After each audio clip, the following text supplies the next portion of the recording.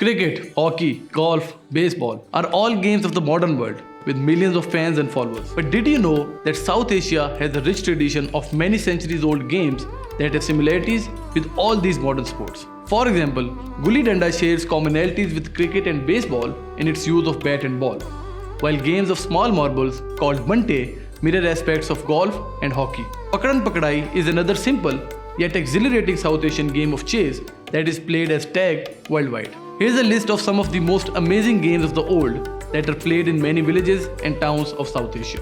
Gulli Danda.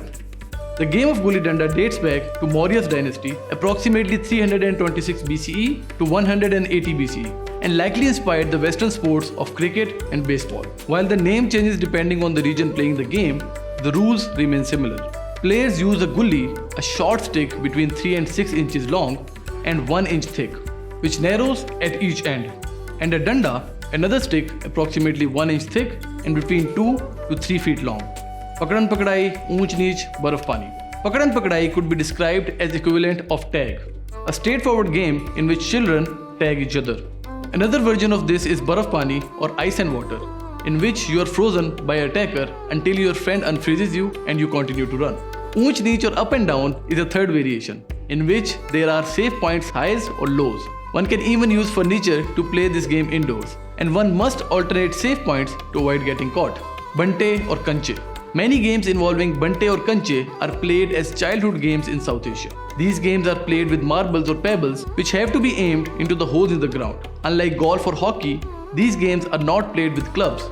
Instead, they are played with fingers which are used as bow. It is played on dirt, getting all your hands and clothes dirty in the process. Pittu Garam. Pittu Garam is known for all the excitement, aiming, running, catching, hitting, and even harmless violence. The game is played by two teams and requires a ball and some stones that will be assembled to form a tower.